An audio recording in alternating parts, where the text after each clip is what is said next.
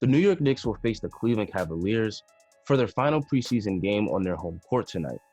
This is their second straight game against this team, as the Knicks had a nice come-from-behind victory against the Cavs on Wednesday night.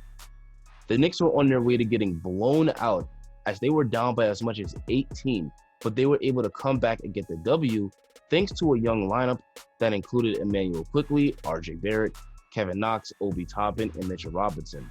And while DSJ didn't close the game, he also contributed to the second half comeback. Knicks fans should be happy that so many of the young guys played well, but they also need to remember that they did this against Cavs players that were fighting for a roster spot. We need to see these guys perform like that against high competition, but it was really nice to see these guys perform well. Anyway, in this video, we're going to do a preview of the Knicks game tonight against the Cavaliers. We're going to look at some notable players and other things to watch out for. But before we continue, if you like content like this, please like the video as it really encourages the YouTube algorithm to recommend it to more people, and please subscribe as it really helps my channel grow. Now let's get started. The first notable player I want to talk about is RJ Barrett. Barrett looks like a much improved player throughout preseason.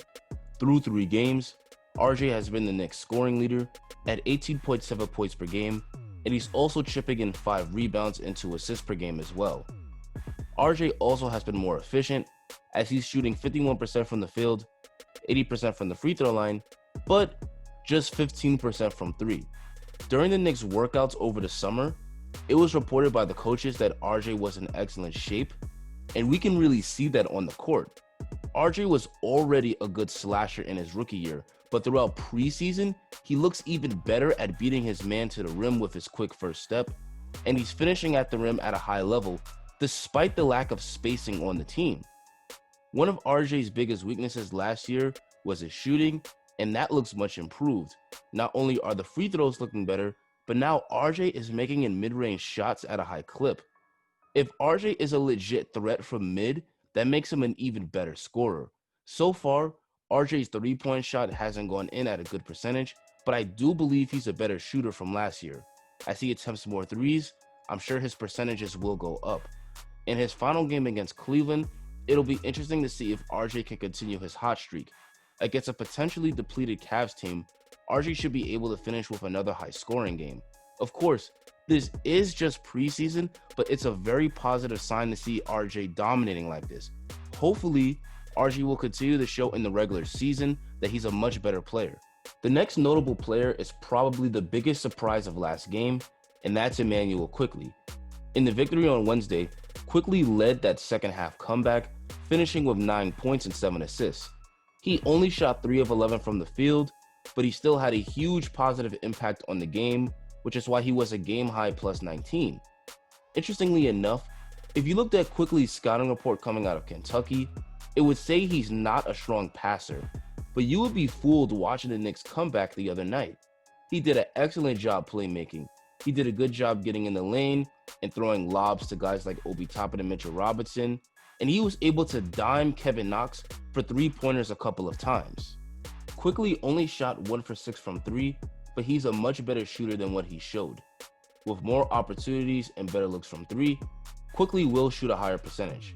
Tonight against the Cavs, look to see if Emmanuel Mudiay can repeat the same high level of play he showed on Wednesday. If Mudiay can continue doing a good job attacking the basket and playmaking, he might find himself in the rotation as a backup guard. As of right now, he's battling for playing time, but another good game versus the Cavs could solidify his spot in the rotation. The next notable player we're going to look at is another breakout player from last game, and that's Kevin Knox. Knox was horrible in the first 2 preseason games, which was really discouraging, and he was even bad in the first half of last game as well. But Knox really came through in the second half. Knox finished with 16 points on a super efficient 5 of 8 shooting. Knox was making in his open 3-pointers at a high rate, and he was also doing a lot of damage in transition. This is what makes Knox a great fit in Thibodeau's system, as Tibbs is on record for saying he wants the second unit to play at a fast pace. That was the Kevin Knox that Knicks fans want to see. If Knox can do that on a consistent basis, that's a huge plus for the Knicks rebuild. Look for Kevin Knox to stay hot in the second straight game against the Cavaliers. Hopefully in his third season, Knox can establish himself as a good scorer for the Knicks off the bench. Next, let's talk about Obi Toppin. Toppin so far has been a mixed bag for the Knicks. On the positive, the hype about his athleticism is definitely real. He's an excellent lob threat thanks to his size and athleticism. He also works really well off the ball. When his man is ball watching, Toppin knows how to cut to the basket to get himself an easy attempt at the rim. On the downside, his shooting has been awful. Through 3 games, he's just 1 for 10 from behind the arc. It is possible that Toppin isn't as good of a shooter as people initially thought. He did shoot 39% from 3 at Dayton, but it was on just 2.6 attempts a game, which is low volume, and he only shot 70% from the free throw line, and free throws are a pretty good indicator of how good a shooter you are. Hopefully, Toppin's shooting will improve, but I have my doubts that he'll be a good shooter in just his first year in the league. Last game, Toppin let the offense come to him instead of forcing the issue, which led to him getting a lot of clean looks at the basket. He had an efficient game, but he only scored 8 points. Will Toppin let the offense come to him again, or will he try to assert himself on offense by calling for the rock? That'll be something to look out for on Friday night against Cleveland. The next notable player is DSJ. Dennis Smith Jr. has been overall unimpressive in preseason, but I liked how he played last game against Cleveland. No, he didn't have a high-scoring game, but he still finished with 8 points, 4 assists, 5 steals, and 2 blocks. As we can see from the box score, DSJ really made an impact on the defensive end. He hounded the opposing Cavs guard, forcing several turnovers. DSJ has been known as a poor defender throughout his career, but if he can bring that level of defensive intensity every night, he could find himself playing a huge role on this team. DSJ's 3-point shot also looked better. Last game, he hit 2 of 4 from downtown. Unfortunately, he struggled in areas that he's usually good at last game. He didn't get to the basket very often, and he also struggled with his handles at times. It will be interesting to see how DSJ closes out preseason. So far, DSJ hasn't had a breakout game. We know from his first 2 years that DSJ is more than capable of getting 30 anytime he wants. Can DSJ finally be that penetrating, playmaking guard that Thibodeau wants him to be? We'll find out Friday night. The last notable player I want to mention is Mitchell Robinson. Mitch overall had a very good game despite the foul trouble. He picked up a lot of dumb fouls early, but Thibodeau played Mitch through it, and he had a huge impact while playing. Mitch protected the rim at a high level, he rebounded, and he also scored inside really well. Mitch is still battling Nerlens Noel for that starting spot. Look for Mitch to try to make his mark in the finals Cavs game. Mitch is the more talented player, but as of right now, Nerlens Noel is the more disciplined defender.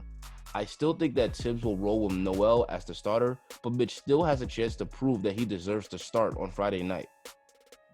Another guy to look out for is Iggy Daikis. Does Thibodeau give him at least a little bit of playing time? Iggy seems to be the forgotten man on the team. Thibodeau has not given Iggy a second of playing time in preseason, despite the fact that he totally killed it in the G League last year. Last year, Iggy averaged 21 points per game in 24 games that he played in Westchester last year. This roster is really deep, so as a result, a lot of guys deserving of minutes will unfortunately end up out of the rotation, and it appears Iggy will be one of those guys. Iggy may not be getting any burn, but he needs to continue training hard and just wait for his number to be called. Injuries are inevitable, so at some point, he likely will get his chance. Hopefully, he can get some playing time against the Cavaliers on Friday night. As for the Cavaliers, it looks like they will be depleted again.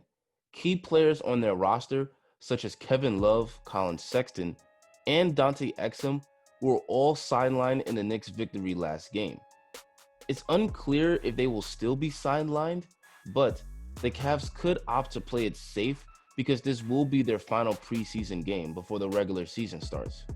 Overall, I predict that the Knicks will be able to defeat the Cavs again on their home floor, which will give them an overall record of 3-1 in the preseason, which should have the Knicks feeling positive. Anyway guys, that's going to be the end of today's video. Who do you think are the key players headed into tonight's game? Who would you really like to see have a breakout game? Was there anything else of note in this preview that I should have mentioned? Let me know in the comments. Don't forget to like the video and subscribe to the channel, and enjoy the rest of your day.